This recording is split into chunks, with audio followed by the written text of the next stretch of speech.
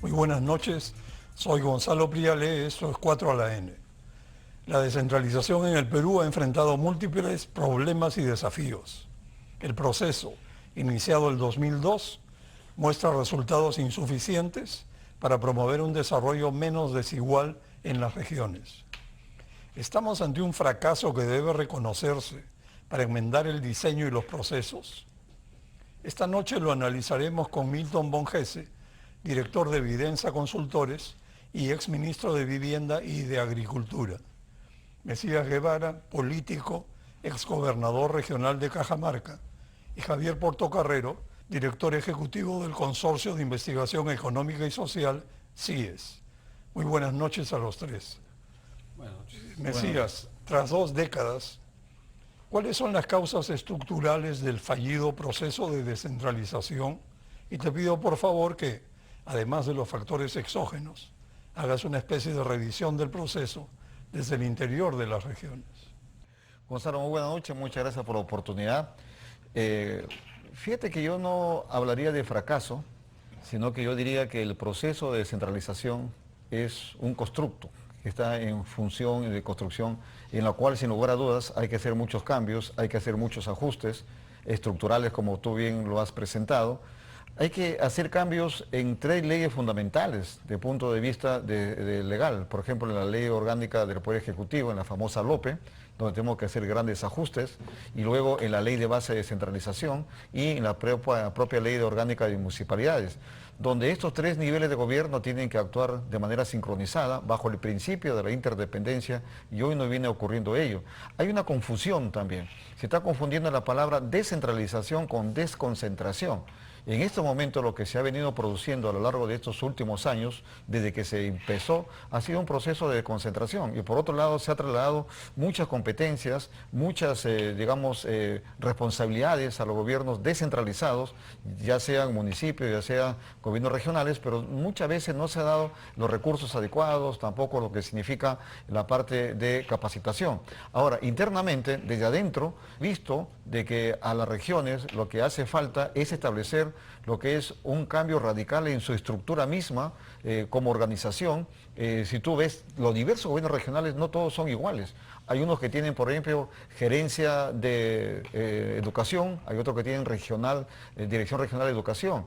Entonces ahí hay cambios. Y por otro lado, el tema de la parte de procesos internos para hacer un devengado, todos son diferentes, cuando ahí creo que el Ministerio de Economía y Finanzas debería establecer un prototipo, un protocolo que sea estándar para todos. Y algo muy importante, lo que tenemos que empezar a trabajar desde Lima para todo el Perú, no solamente para las regiones y los municipios, es establecer lo que es una carrera pública que sea meritocrática y por supuesto sostenida. Es algo que yo en lo personal considero que los cargos de confianza deben reducirse al mínimo, si es posible desaparecerlo. Por ejemplo, en los gobiernos regionales y los municipios, creo que el gobernador y el alcalde debería llegar solamente con lo que es su asesor legal y su gerente general. El resto deberían ser por concursos públicos, llámese el gerente de planeamiento, el gerente de recursos naturales, lo que es el gerente de desarrollo económico y el gerente de desarrollo social, donde tiene que haber una burocracia bien establecida y bien formada. Mesías, la desigualdad entre las regiones se mantiene. Algunas regiones crecen más que otras, lo cual no necesariamente significa que mejore su dotación y calidad de servicios básicos.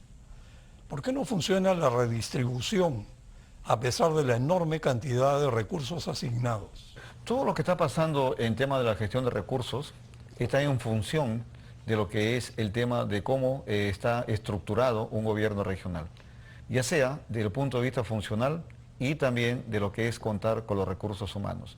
Ahora, no están funcionando esto de manera adecuada porque las políticas públicas que hoy existen en lo que significa la parte de lo que es la modernización, transformación de una región, no se está dando. No estamos revisando, por ejemplo, el ciclo operativo de una región o de un gobierno regional. No se está haciendo la ingeniería de procesos, pero además de la ingeniería de procesos que tiene que estar orientado a mejorar precisamente los servicios públicos y generar empleo, por ejemplo, a un gobernador y a un alcalde a nivel nacional solamente se le evalúa en función del nivel de ejecución de gasto presupuestal. Cuando en mi concepto ese es un gravísimo error. Acá Milton, a través de evidencia, ellos han propuesto incluso que ya no se evalúe por ahí. Coincido, hemos tenido grandes discusiones con Milton. Dicho, estás equivocado, esa no es la manera como evalúas a un gobernador, a un alcalde, y han creado su indicador de eficiencia. Eso es algo muy bueno porque es más integral. ¿Y por qué? Porque sin lugar a dudas ahí existe la calidad de gasto. Ahora, eso hay que ver también cuál es su relación de la gestión del talento humano con lo que es el tema de las políticas públicas. Fíjate, Gonzalo, que hoy Servir, que es la Junta o que los gerentes públicos, tampoco está trabajando. Cuando yo fui gobernador, yo le pedí a Servir que me dote, que me provea de varios gerentes públicos. Y llevé varios, pero sin embargo yo quería más, porque yo quería hacer, y lo hice de hecho, una gestión transparente y eficiente y eficaz, pero sin embargo encontré un obstáculo. No me dieron más gerentes públicos. ¿Y por qué, Gonzalo? Porque decían simplemente que no había presupuesto. ¿Por qué? Porque cuando tú contratas a un gerente público y hay un presupuesto para un puesto específico, por ejemplo, el gerente de recursos, de gerente de planificación y presupuesto, tienes en el CAP algo que está asignado en la ley, ya de tu propio plan operativo, pero ese gerente va a ganar más. Entonces, esa diferencia te lo paga el Ministerio de Economía y Finanzas a través de Servir. Entonces, para eso ellos lo negaban. Por lo tanto, no hay una política, no hay una decisión de cómo modernizar para efectivamente hacer que los gobiernos regionales y municipales se conviertan en los instrumentos para lograr esa redistribución que tú estás muy bien planteando y que lamentablemente no está llegando. Al gobernador no se le evalúa, por ejemplo, por el criterio de gobernanza, no se le evalúa porque mejora la competitividad, no se evalúa porque ha promovido la inversión pública y la inversión privada, no. Hoy solamente se le está evaluando por el nivel de ejecución presupuestal, lo cual es un error que se viene dando y al final se está utilizando, mal utilizando para desinformar a la población.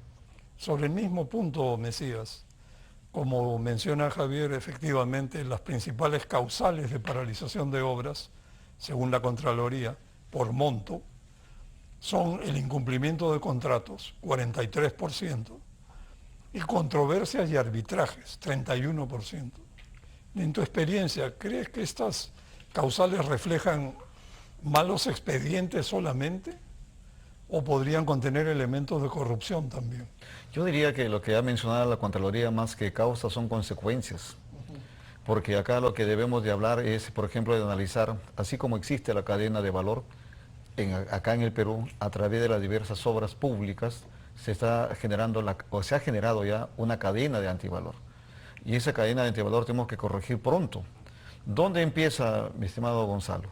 Empieza, como tú muy bien lo has señalado, preinversión, expediente y ejecución. Ojo, la ejecución ya empieza con la elaboración del expediente, ya es ejecución de la obra, ya es inversión pública. Entonces, en la parte de la preinversión, ahí está el problema también, porque muchas veces se hace sin un concepto claro de lo que se quiere un modelo regional de desarrollo, tampoco se tiene claro lo que es a dónde se quiere ir y simplemente se contrata por demanda. Ahí la Contraloría no está llegando. La Contraloría solamente se está metiendo al momento ya de la ejecución física de la obra, pero no de la ejecución del expediente, menos en el preinversión. Si tú analizas en todos los gobiernos regionales, vas a encontrar de que en todas las regiones, por lo menos eso es lo que estamos viendo en Cajamarca. Cajamarca, Milton, tiene 32 unidades ejecutoras. No 10, 32 unidades ejecutoras y una más que se han creado, dos más que se han creado, la de Cutero y la de Cajabamba. Entonces 34 tenemos ahora. Ahora, que tú sabes que una unidad ejecutora solamente tiene como mínimo 10 millones de soles en presupuesto para poder ser considerada como tal. Entonces, ahí estamos notando que, por ejemplo, se ha incrementado el monto para elaborar un estudio de preinversión, donde incluso hay como nadie los controla nada. Por ejemplo, para hacer el estudio de prevención para un canal de riego te sale cobrando 250.000 soles, cuando a veces con esa misma cantidad se puede elaborar un expediente técnico, por supuesto para ese tipo de obra, no en otra general. Por lo tanto, si naces mal con el preinversión que nadie le controla al gobernador ni al alcalde, entonces ¿qué sucede? Que contratan a sus amigos y muchas veces sus amigos no están en capacidad. Ahí está la génesis del problema. Y luego también, al momento de elaborar los expedientes, hay algo que tenemos que romper, un paradigma. De la década del 90 en adelante se ha establecido que no podemos pagar mucho por la elaboración de un expediente. Oye, un expediente, por ejemplo, para una carretera, ¿qué se necesita? Estudio de suelos, ver el tema de los botaderos, ver el tema de las canteras, ver el tema de algo que no se está analizando, eso es el factor riesgo. Y el factor riesgo no solamente es por lluvias, inundaciones, sino también por riesgos sociales, porque muchas veces hay vecinos, aunque parezca un poco paradójico, no están de acuerdo con la obra. Por ejemplo, si tú vas avanzando con tu carretera, surge un vecino y dice, no, si quieres que pase por mi terreno tienes que pagarme tanto. En Cajamarca hay una obra, en Piura, Tumbes en Cajamarca, la obra más grande que se ha paralizado, que es el tema que tiene que ver con lo que tú también conoces mucho, Gonzalo, con la red de fibra óptica, que son 150 millones de dólares, está paralizada desde el 2019, y precisamente porque querían cobrar por la ubicación de un nodo $100.000, casi como si fuera un terreno de San Isidro, por 100 metros cuadrados. Por lo tanto, ese es un factor de riesgo que no se está analizando. Y ahí, por otro lado, por 100 metros cuadrados. Por lo tanto, ese es un factor de riesgo que no se está analizando. Y ahí, por otro lado también, yo creo que la vigilancia de la OCE, fíjate que la OCE hoy creo que está totalmente subdimensionada. No está en capacidad de ver todos los riesgos a nivel nacional para ver. La OCE tiene que ser más vinculante. Le dicen al titular de la obra, oye, tu obra está mal adjudicada. Lo que viene ocurriendo en Cajamarca y en otras regiones, al gobernador y a otro más le han dicho directamente, oye, esa obra está mal ejecutada, mal adjudicada, así que retrotráelo o simplemente déjalo sin efecto. Pero sin embargo, como le deja la discrecionalidad del gobernador al titular del pliego, simplemente termina firmando y al final con toda la consecuencia que ya vemos. Por lo tanto, lo que ha dicho la Contraloría del tema de las controversias ya son las consecuencias de una cadena que yo califico como la cadena del antivalor. Continuando, Mesías, una pregunta más bien de corte político. ¿Por qué los partidos políticos nacionales han perdido vigencia en las regiones? ¿Y cómo hacen en las regiones para vivir con docenas de movimientos regionales? Mira, en primer lugar tenemos que analizar otra vez de manera integral al sistema político del Perú.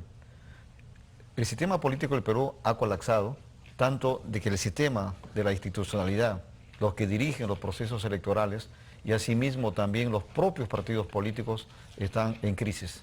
Todo está en crisis en ese sentido. ¿Y eso qué ha hecho? Ha hecho, por ejemplo, que veamos cómo se forman los movimientos regionales. Los movimientos regionales han sido formados muchas veces por aquellos que han salido de los partidos nacionales. Y han salido de los partidos nacionales en su gran mayoría precisamente por no haber ejercido esa democracia plena. Muchas veces desde Lima se pretenden poner a los candidatos a las regiones, a los municipios y también a los cargos parlamentarios sin respetar las democracias de sus regiones, la democracia de sus bases. Y es ahí que ellos, en su afán de seguir creciendo, se han apartado de los partidos políticos y han formado sus propios movimientos regionales. Es decir, han tenido la obligación de generar su propio espacio democrático, electoral, para que puedan consolidarse como líderes regionales. Ahora, por otro lado, también se ve que los partidos nacionales en su gran mayoría solo están focalizados en las elecciones generales nacionales, pero no en las regionales y menos en lo que son las municipales. Por lo tanto, ahí hay que decirles a los partidos nacionales, ahora creo que se está poniendo la ley en la que si no tienen más del 21% en los gobiernos, candidatos a los gobiernos nacionales, regionales y locales, van a perder la inscripción. Por lo tanto, todos esos tipos de cambios tienen que hacerse. Por otro lado, fíjate que a lo que acaba de decir tanto Javier como Milton en estos últimos minutos, segundos que me quedan, yo quiero decirles de que es importantísimo que nosotros hagamos la gran transformación del Estado. Pero para que haya la gran transformación del Estado, tiene que darse lo que es la gran transformación digital. Y si no hay una transformación digital que precisamente nos dé transparencia, nos dé eficacia y nos dé una agilidad en los procesos tanto de adjudicación como de gestión, no vamos a avanzar.